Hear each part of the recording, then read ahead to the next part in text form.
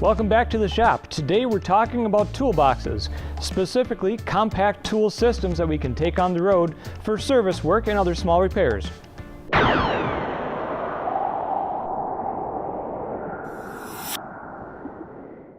lot of our time is spent here at the shop. We talked quite a bit about the tools and techniques that we use here.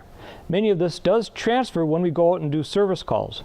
However, taking all the tools from our shop, putting it into our vehicle to run out and do a simple task just doesn't make sense. Also, there are some logistics involved. Our shop is located here in Stevens Point, Wisconsin. Both myself and Brian don't live in Stevens Point, Wisconsin. We each live about 20 minutes to a half-hour drive away. There are a number of service calls that come up where we just need a few simple tools. We should be able to have those tools at our house. We could easily grab, throw in the car, and go off and handle the task. Obviously, there are many instances where we can plan ahead for some major service work. We'll then take more tools that we need for the task along with the parts to fix it. So I thought about just what do I need to take on the road to conduct these service calls. I need a small form factor, no more than a 3-piece kit that I can easily grab, walk out the door, put in my car, and hustle off to the job. I don't need everything in the shop, so what tools will I need? I need a small kit that contains the essentials of good quality tools. Now, myself, I understand the tools that I have at the shop, and I wanted to replicate as many of those tools as I could. This system's been put together over the course of many years. I've gone to the holiday sales over at the local home center and purchased a lot of these tools at a discounted price. I've also purchased a lot of these tools online on Amazon.com. So I'll put a whole list of what I have in my kit and some interesting ideas down in the description. So hopefully you can get some ideas and create a kit very similar. So like I said, I needed a small kit that contained in total no more than 3 individual items that I could easily and quickly grab, throw in my car, and do the majority of service work on the road. I have my main tools in here, drill accessories in the DeWalt bag, and in this plano case I have a selection of zip ties, connectors, fuses up in the top. The main compartment, an identical kit to what we have here at the shop as far as connectors, along with some extra taping accessories, bits, pieces, and my Greenlee ratcheting crimper.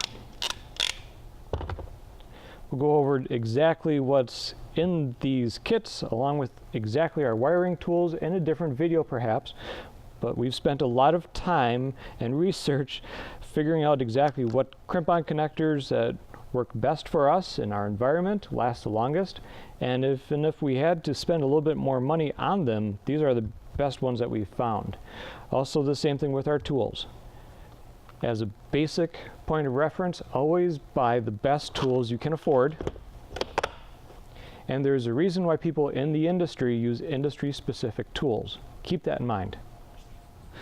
We have a drill, driver, combo kit. Of course, it's got the charger with it, a couple of batteries. Now my add-on items have been few and quite simple.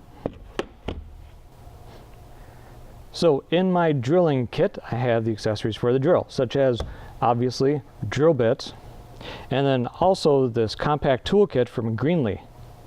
This Greenlee kit is perfect addition and partner to go with our impactor. It has a number of adapters, sockets, bits, some individual drill bits for the drill tapping set that we have over on this side. These tapping bits are perfect for on the road. Sometimes we just don't have the right nut for the bolt or the screw, and so we'll just use these, tap threads into a hole that we previously made. Makes the job quick and simple.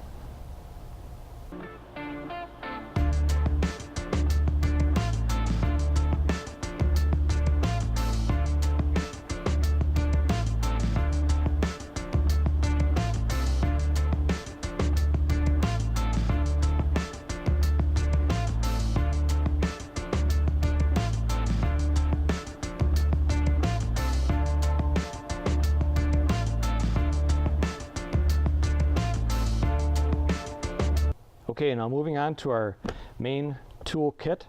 This one's from Plano. It's pretty basic, pretty plain, not that expensive. I believe this entire kit weighs in about 25 pounds, so even packed with tools, it's not that unmanageable.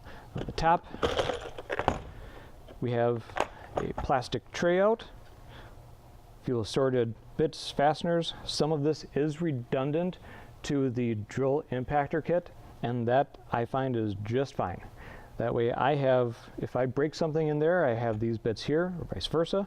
And also many times I'll just need to quickly grab one socket bit or a drill bit. I have them right here.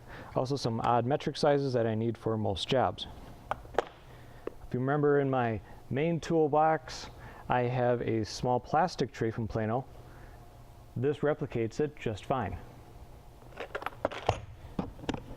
Inside the open main compartment, normally in the top here, you have a handled tray.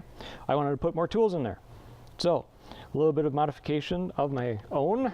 I chopped off the handle, added in a wooden separator. That way I can keep my small tasked screwdrivers on either side. In the middle, I'll have it laid out as a single layer with the most commonly accessed tools.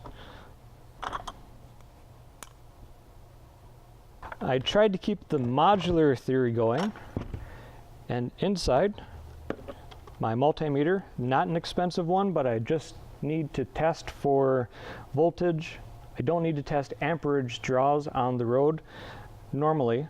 So this handy little one from Klein works well for me. I've taken the rest of the box, made a tray with some other handy tools. This makes the intermediary row. And then in the bottom of the box, along the sides, I've included a few cleats.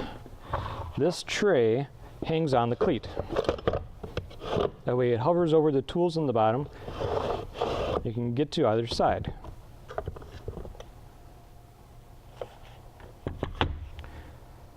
So with the simple hand tools up on the top two levels, the remainder of the box, the vice grips, larger locking plier, channel locked with numeral markings.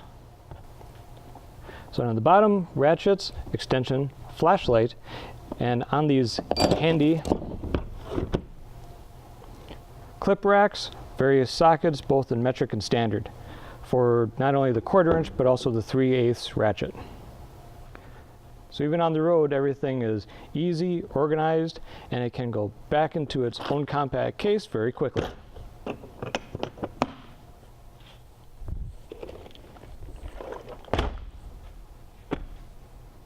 All right, thanks for hanging out with me. I love talking about tools and keeping organized, especially when you're on the road. If you have any questions or comments, feel free to let us know. We'll see you on the next one.